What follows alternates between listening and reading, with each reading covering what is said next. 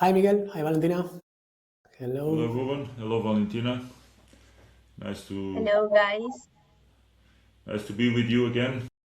Yeah, Yes. exactly. Again, because this is a short English version that we are doing of a longer interview we recorded in Spanish. I was about to say our native language, but Spanish is not the mother tongue of Miguel either. But in that case, yeah, we will do it in English. The full conversation, anyway, is also available in Spanish in our channel. So today, as I said, we are joined by Miguel Soares. He's our KNX partner in Portugal with many years of experience in building control and directly involved in the adoption of the EPBD already in the past at the European level. That means Energy Performance Building Directive, which will be our topic of today. So, Miguel, just to start simple for those who may not know you yet, how would you introduce yourself and how did you get into building and lighting controls? Well, so as you said, I'm Miguel Soares, and I'm an electrical engineer. And in 1996, I think I was invited to work with EIB, and EIB was the predecessor of KNX. And by that time, it was very innovative. I've always been interested into automation and programming, so it seems to me that it would be a natural way to go. And since then, I've been working with control systems and especially with KNX. I'm a KNX tutor, but also a lighting control specialist because I've done several projects with lighting control using either KNX, DALI, wireless systems, and even conventional systems. And this is the reason why I'm also linked to this part of the European Performance Building Directive and why I've studied so much. Excellent, excellent. So there is a lot of talk and also a lot of confusion around this EPBD coming in 2026 and in the next years. Well, we have also many followers and many customers from UK. So this directive will be out of the UK reach, which is they have another normative standards like Part L2 for energy and so on. So in that case, Miguel, if you had to explain it clearly, what is really changing with this new version of the EPBD directive? EPBD, if I remember, it's the fourth or fifth version since it was started, if I remember, in 2008 or something. And the last one was from 2018, and it had to be adopted by all the country members until May 2020. And since then, as you know, there was a war starting with Russia, and this issue with energy has arisen even more.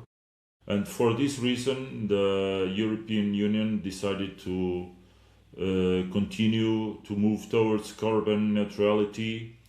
And buildings counts for 35% of CO2 emissions and is responsible for more than 43% of energy consumption. So of course it's important to improve the energy efficiency in buildings that require measures and also to stabilize the electricity grid, because we are on an energy transition, and we are moving from centralized production to decentralized production.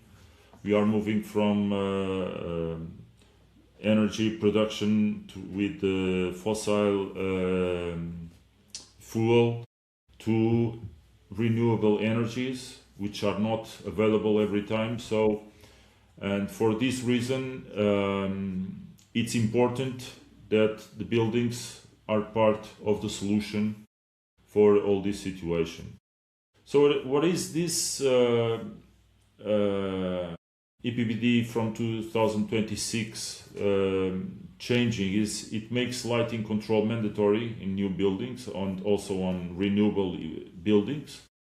In Portugal, we started this path already in 2020 when we adopted the 2018 EPBD. On the other side, it reduces the minimum power for implementing BMS systems, so centralized systems. But until now, only buildings with more than 100 kilowatts thermal energy needed to have centralized systems, either for HVAC, either for lighting control, for shadowing, and so on. But from this one, from the new EPBD, it will be reduced to 70 kilowatts. The limit from upwards where you need to have centralized systems, it remains the 290 kilowatts, but the minimum for having a BMS system but that can be separate, either for lighting and another one for HVAC, for example, is now going to start from 70 kilowatts. On the other side, new buildings must have zero emissions. So those owned by the state, this will start from 2028, and all the others from 2030. And this is, of course, a very important target. And member states shall establish a minimum energy performance standard. It means the maximum amount of energy that buildings may consume per square meter, taking 2020 as a reference. So this is another target that it's going to arise. And also the assessment of the impact of the carbon footprint throughout the building life cycle. This is something that I think it's going to be very, very, very difficult, but they are going this way, and it's something that the manufacturers will have to adapt, because they have to be able to provide information on the footprint since the device was manufactured until the device is sent back to recycle. So these are I would say these are the 5 main big differences from the last EPBD. Okay, so just to recap, so this EPBD is not a new thing. It was existing in the past, and now we have a new version.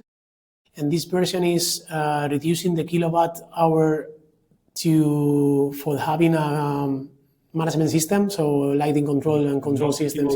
Sorry, it's the power. And it's energy power, thermal energy power, to be able to define the levels of BMS systems that need to be implemented. Okay, yeah. So from above 290 thermal power, that will be compulsory to have a BMS. Yes. Centralized, so only a unique system, right? Well, only one unique system. So all the technical systems, they have to be integrated into one system, one big system for HVAC, lighting control, energy measurement, shadowing, automatic shadowing, and so on. Okay, and below 290, you don't need a... Below 290, you can have separated systems. Mm-hmm. But you need to have a central system for HVAC, for example, and one central system for lighting control, and one central system for the control of the shutters, and so on. Okay, so you can have parallel systems, but at the end, from centralized to control centralized in different its systems. topic. Yes. That's clear. So then, yeah, that's a good one. And to have a reference, Miguel, how big could be a building of 290 thermal kilowatt? 290 is not that big. I would say probably depends, of course, on the areas, but a simple office building of 5-6 floors, it could already have 290 kilowatts. It depends on the areas. Yeah, so no, not a big thing, not a big building. Already medium-sized building will be impacted. 70 kilowatts. It's a really small building, so it's this almost says that almost every building will need to have a BMS system or centralized system. And this is done with intention of, as you said, also to be more respectful with the grid, with the electrical grid, to be more autonomous as well. Yes. It's important to continue the path through to carbon neutrality, and this is the main topic. The main topic, and the public buildings will start now, 2028. should be ready with the carbon neutral stuff. From 2028 to the future, all the new public buildings have to be carbon neutrality. Yeah. Okay.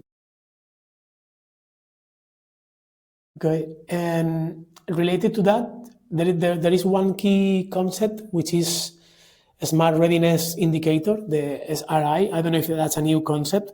What exactly is it, and why has it become so relevant?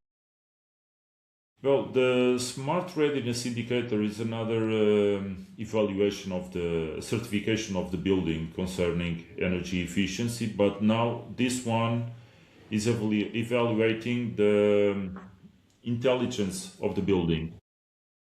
It assesses 9 technical systems in the building: lighting, air conditioning, shading, energy production, indoor air quality, electric vehicles, and so on, and has the aim to evaluate building capacity from one side to adapt to user requirements, so to be able to adapt to the requirements of the users from one side. On the other side, to facilitate efficient building maintenance, which is of course very important, so that you can continue, because the energy efficiency, it's not a one-shot process. It's a continual work of analyzing data, improving parameters, improving the way that the building is behaving. And on the third one is to measure how the building can adapt to the electrical grid. So this is the 3 main topics of the Smart Readiness Indicator. Of course, it's how to say it? It's classification of the building. It shows how intelligent or how ready the building is to comply with these targets.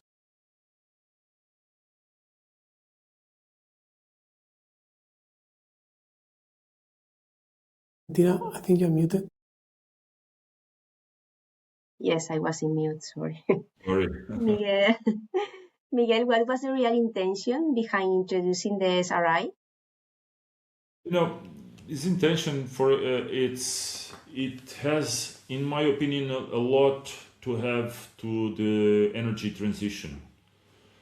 The most important is that we are not changing just from fossil fuel to renewable energies. The main issue is that we are changing from centralized production, which was very easy to control and to keep the energy grid balanced and well established. And now we are going to decentralized productions, buildings are not only consumers, they are also production systems, because they can have solar systems, they can have window generators and so on. And this is creating some problems. I think Spain has already had some problems, and in Portugal, as you know, Spain in Portugal, we had this problem this year. We spent probably, I think it was around 12 hours without energy. And this was due to an overcharge of the energy grid. So the building has to be a part of the solution, and it has to be able to adapt to the conditions of the grid. And if we have too much production, then we are going to incentivize the building to consume energy and to change the way that he is consuming the energy, just to make some stabilization on the energy grid. Because as you know, if you have too much production and lower loads, then the tension is going to rise. And on the opposite side, if the load is too much and we don't have enough production, then the tension is going to get lower. And of course, this cannot happen, because otherwise the grid will fall. So the reason this Smart Readiness Indicator is pushing people to have smart systems in the buildings, on the way that they can adapt to this new reality of the smart grid. And on the other side, of course, to keep the energy efficiency of the building, because we are going to be able to facilitate the efficient building maintenance. And of course, we have to be able to provide excellent conditions to all the users inside the building. Otherwise, people will find a way to control the systems, and instead of working automatically in a very efficient way, they will manage to, if they are not comfortable, they will manage to change it. And this is the reason why it's so important, in my opinion. Okay, thank you. So the SRI come to help. No? Yeah. One way to help. Yes. At the end, it's good to have some KPIs always for every one of us, like to something to measure, so you can improve. And sometimes even with that excuse, force the facility, so the property manager, yes, to have a good return of investment. And the thing is, when we talk to big companies, big international companies, most of them, they are already aware of these situations and of these solutions. They know that the systems will bring benefits for them, and also it makes part of social investment, because in terms of marketing for these big companies, it's very important that they are efficient, that they respect the ambient, and so on. So more and more, the SRI, the Smart Readiness Indicator, is going also to help people to understand if the building it's really helping on this, and of course it's a marketing tool for the companies. So it's important for owners. I like a bit the way, like the standard, instead of only writing some text to follow, that it gives us some tool to measure, so something to compare. Yes, and that's good. For sure.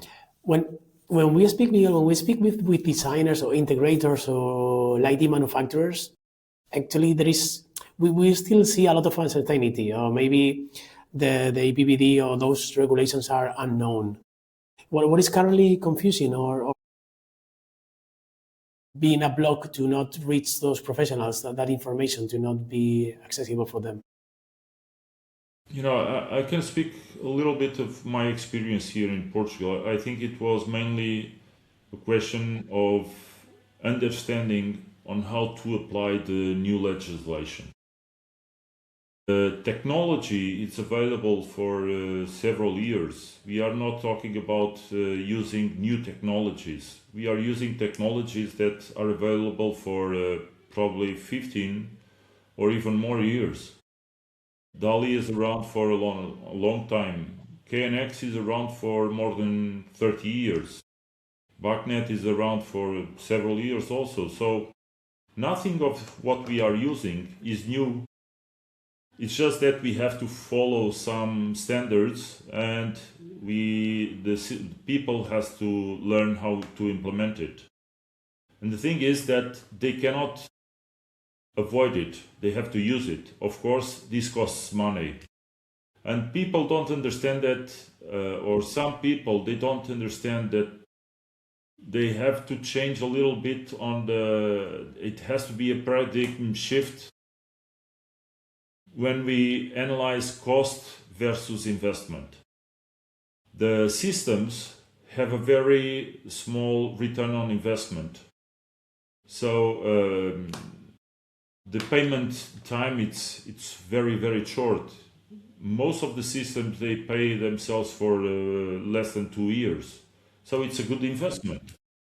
But people have to understand this. They have to understand, and they have to stop looking only for the cost of the project, but to look as an investment that has very short times for return.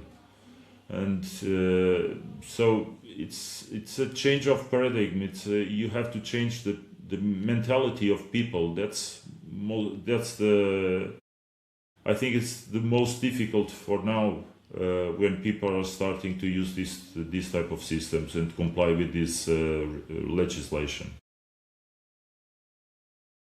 So the problem is not the technology, as you say. The problem is how to implementing, this technology, to understanding. Okay. It's not the technology, because technology is around for several years. It's just how to adapt it, how to make a good project, and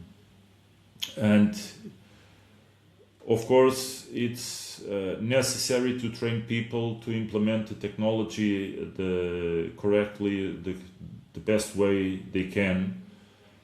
And there's so much technology that they have to understand also that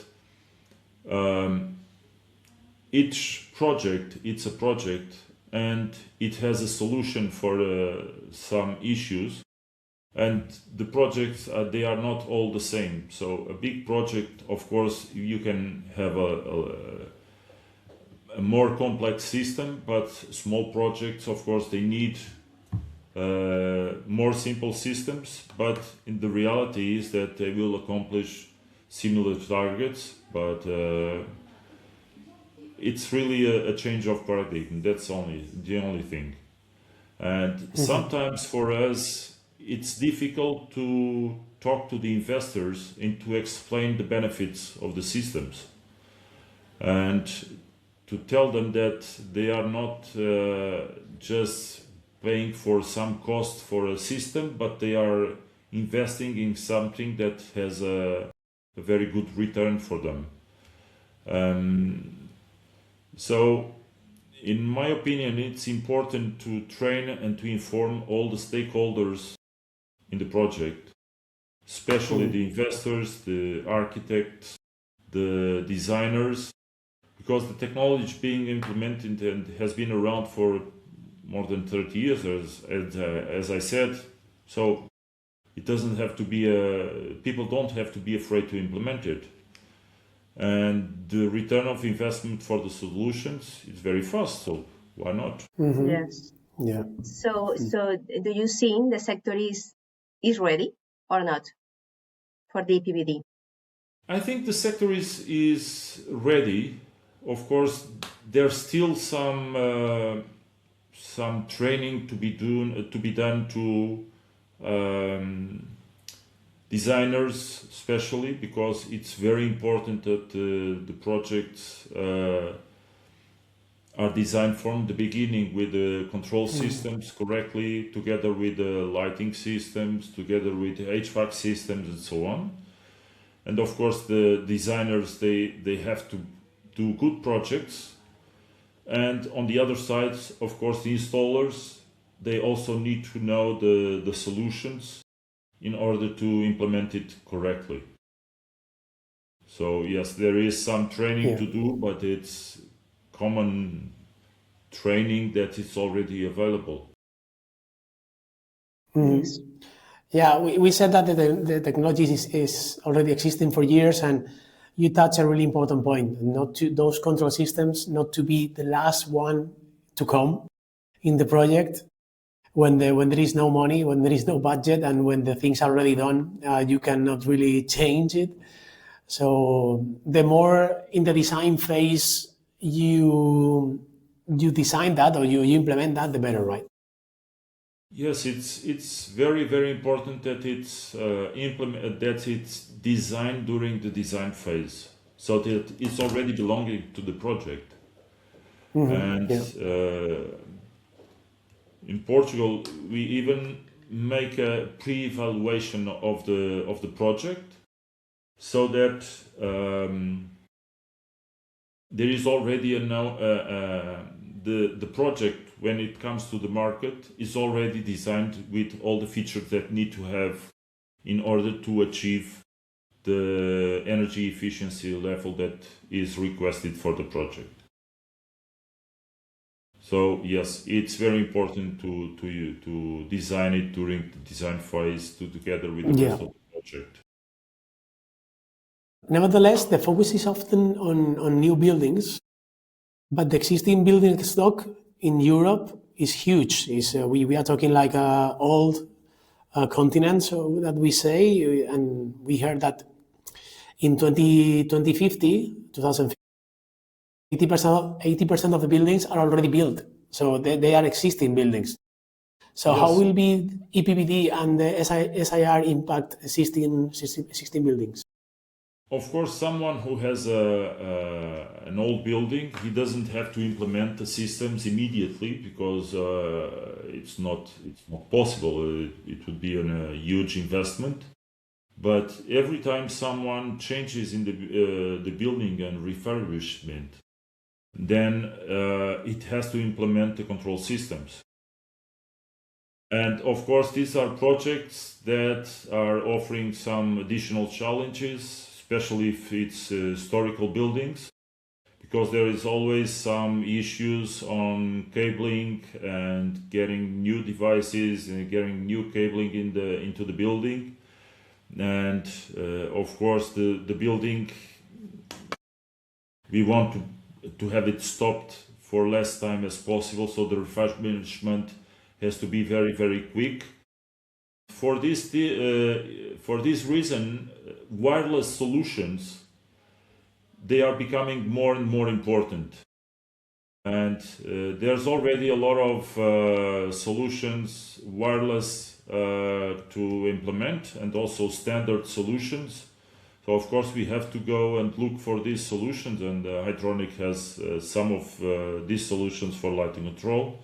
And this is very important. It's a very, very important tool for refurbishment of buildings and for this market. Totally, yeah. When you come to the retrofit or refurbishment, then there are already options in the market. Like I always say that you don't go with the laptop everywhere connecting your Ethernet cable. You use the Wi-Fi. So the same for HVAC, for lighting, and all these things impacting. Yes. So in general, you see a shift now toward smarter and more future-proof systems. Yes. The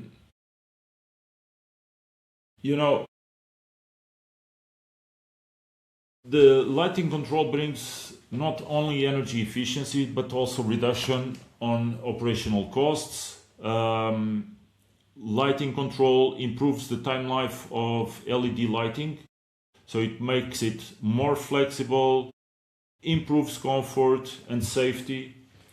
Sometimes people, we had a pandemic situation with COVID, and the main issue on the propagation of the pandemic situation was the people touching the switches and so on. So if the system can work automatically without people needing to touch switches where there are 100 people to touch this switch every day, of course it improves the comfort. Places that are dark, they need light in order to provide not only comfort but safety to the people. So yes, but of course systems have to be smarter, and for sure they have to be future proof, so we have to look for standardized systems as much as possible.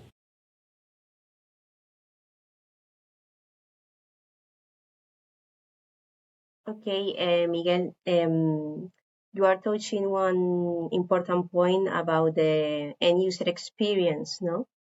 I want to ask you, how more do you see this, all this new system and new regulation will affect to the end users, to the end clients, apart of the automatical systems that you mentioned? You know, the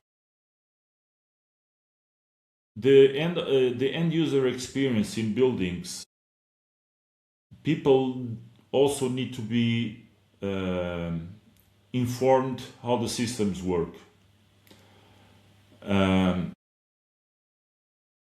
So when we design a system, it's very important that we focus on who is going to use the installations and who is going to maintain the installations.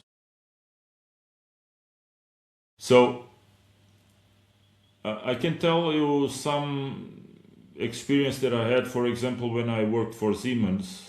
At a certain time we had to implement a automatic shutter control system so that we would be able to avoid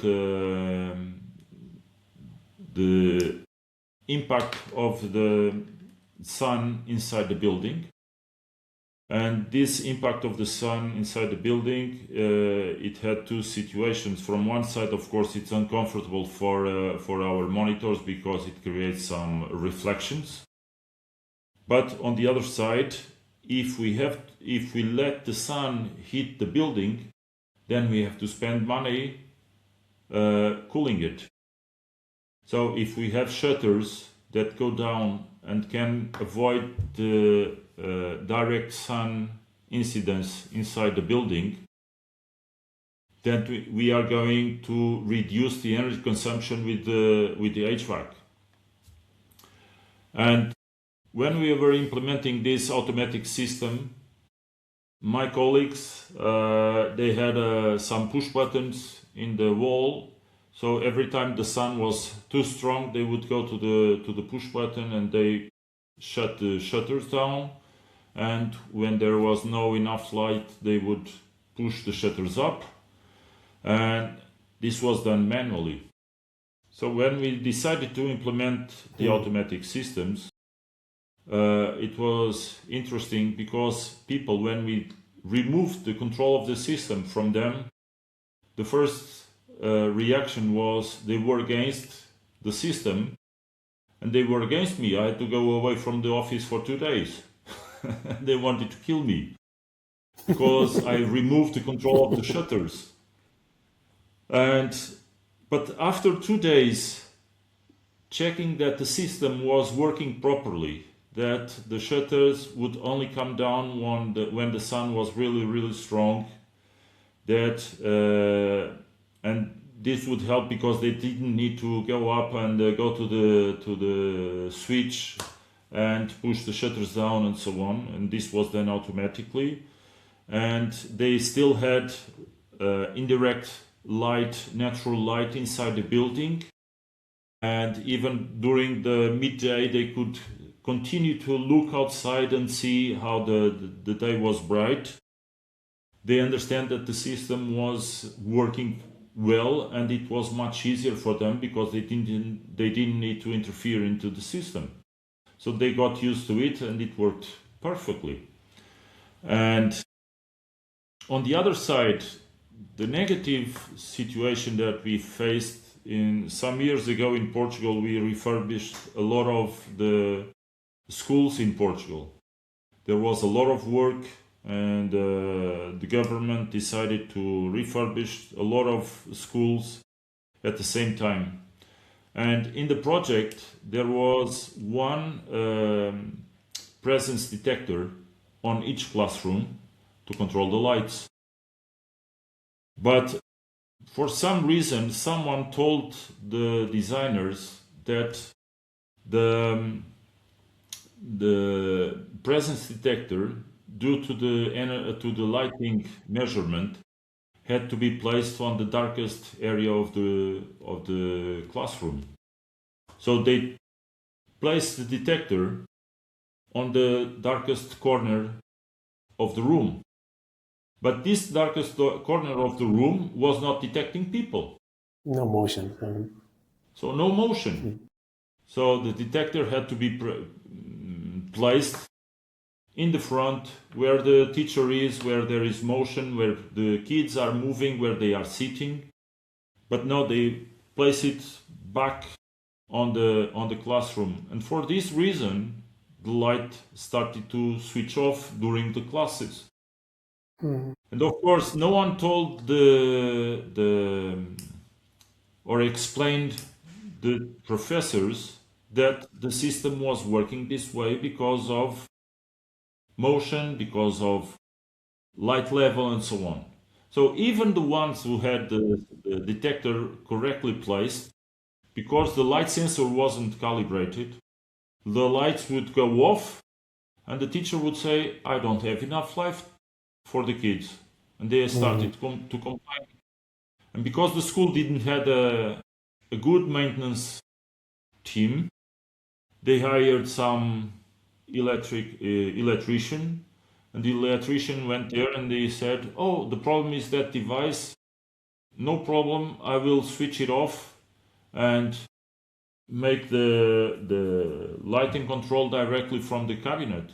So they did that. And they stopped having occupancy detectors on the classrooms. So back to manual control. Back to manual control, which is very, very stupid. And they did this, they made a mistake during the project. They didn't explain how the system worked to the users. So of course this has a negative impact, either on the users, because then they start to avoid the systems, and on the other side, of course, the energy efficiency, we made an investment that it's not being used. So the good thing is that on the experience for sure. Everything can be connected, so you can connect the presence to switch on off the HVAC. You can play with the daylight to dim down your lights, so you don't have too much light for your eyes. So without having really complex setups, so really simple ones, I think the end user can benefit a lot, and they don't need to manually put down the shutters, switch off the lights, and so on. So the benefits are really good without setting up crazy systems or really complex systems. Yeah. So it's really very important to, from one side, the project has to be correctly done, and on the other side, we also need to explain the user how the system works, so that he can understand and can work with it.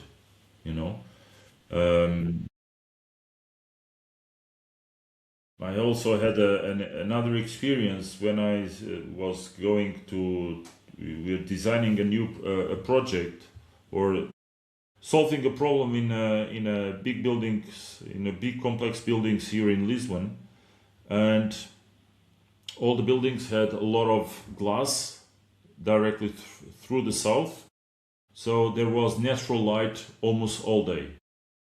And the maintenance responsible, she said to me, look, when I go to the toilet, there is a room and there are two people there and they had manual control of the lights. So when I go to the toilet, I see the lights on. There is no one inside the room, so I switch off the lights. And when I came back from the toilet, there is one person in this room. There is a lot of natural light. And the first thing that people are going to do is to switch on the lights. Automatically. So it's really important to explain people and also to make them feel that they also belong to the results and to get information on how much energy they are sparing when the system is working correctly. Yeah, still in 2025, even to have a sensor on your office desk is kind of a magical stuff in some situations, which is the state of the art as you said many years ago. So that will be my last question, Miguel, because beyond EPBD, you already mentioned the social responsibility of big companies. And I think there is a big trend and a big hype also with this ESG, environmental, social governance, and other certifications about sustainability like BREEAM or LEED. Are these requests reaching you more often? And how are they changing the way the projects are specified? More and more projects with this type of certifications, it's appearing in the market. There's been almost 6 years since I cooperated on designing a project for 2 office buildings. And they already have implemented the so-called certification well-being, besides the LEED certification that has more to do with the energy efficiency, but also well-being is taking care of the users. So there are spaces where people can play a little bit. They have places like bibliotheques for reading some texts. They have a gym. They have breathing rooms for breathing rooms so for the young women to breathe their child and so on. So this is something that is becoming more and more important in the market, and of course the request for the control systems, it's a must, because we also have to take care of air quality, good light quality, and so on.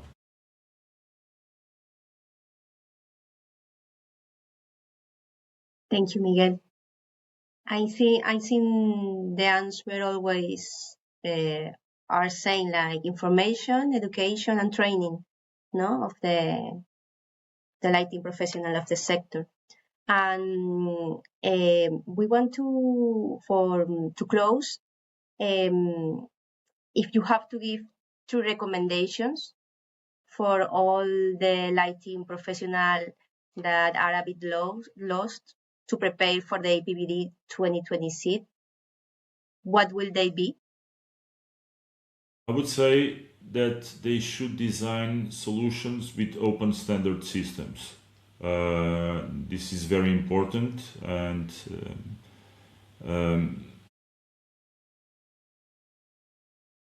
to get help from professionals on lighting control to implement the system since the very beginning of the project, since the design phase. It's important to adapt the design of the project to the investment capacity. And there are solutions for all type of,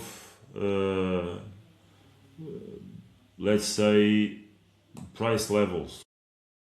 Even for a small, you cannot have the same solution for a small office with 2 or 3 rooms as you have for 10 floors building. These are different solutions, different projects, but even with the most simple solutions, we can reach good results with standalone systems. And the other thing is, always ask themselves who will maintain the installation. Who is going to be the teams who are going to maintain the installations? Do they have knowledge about how to deal with the systems, how to deal with KNX, how to deal with DALI and so on, for example, and choose the right solution for the maintenance team. Mm-hmm. If it's an installation where the maintenance team is not very professional, then it's better to have solutions that are almost plug and play. And this is quite important in my opinion. On the other side, you always take care on who is going to use the installations and make it as much as possible usable for all type of people who is going to use the solutions. Don't forget that who's in front of us sometimes, and of course this is more on the residential area, but it's the same on the commercial area. Even if the person in front of you is very technical, the users, 90% or 95%, they are not very technical. No. So I always say that in automation, the most important thing is keys. Keep it simple and stupid. It has to be automatic. Don't get it too not really complicated, complex, because the users can be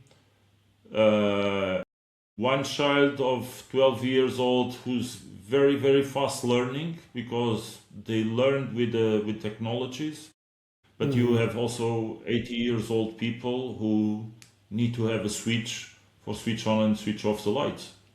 And so you need to be to understand who is going to use the installations. The simple the better, and there is no rocket. This is not rocket science. You said there are many systems. Yeah, there are many systems that can be adapted to the budget and to the project. Yeah. And definitely, So we should talk between professionals. Sense. Yeah, correct. And talked with enough time to design it, and then knowing who will maintain this, and having always the end user in mind, and that's with those things in mind. It's not rocket science. It's quite easy in a way. So yes. Miguel, thank you so much for sharing your experience. For anyone who wants to follow your work or get in touch with you, where can they find you? Well, they can find it through my website, www.mcs/scgt.pt, or they can reach me through my email if they want. It will be my pleasure to help them. It's Soares, MSOARES @mcs/scgt.pt. So I will be more than helpful to them for sure. Thank you very much. Thank you very much for the opportunity. Thank you to you, Miguel, and you all people can find you also in our channels, in the Hytronic channels. And if you want to keep learning about lighting control, about building control and the regulation, for example, the EPBD or more regulations, you can find more content in our website, www.hytronic.com, and you can subscribe to our list on the Hytronic website also. And thank you for watching. Wonderful, Valentina. Thank you, Miguel. Thanks, Valentina. Okay. Goodbye. Have a nice one. Bye-bye. Bye-bye. Ciao. Ciao.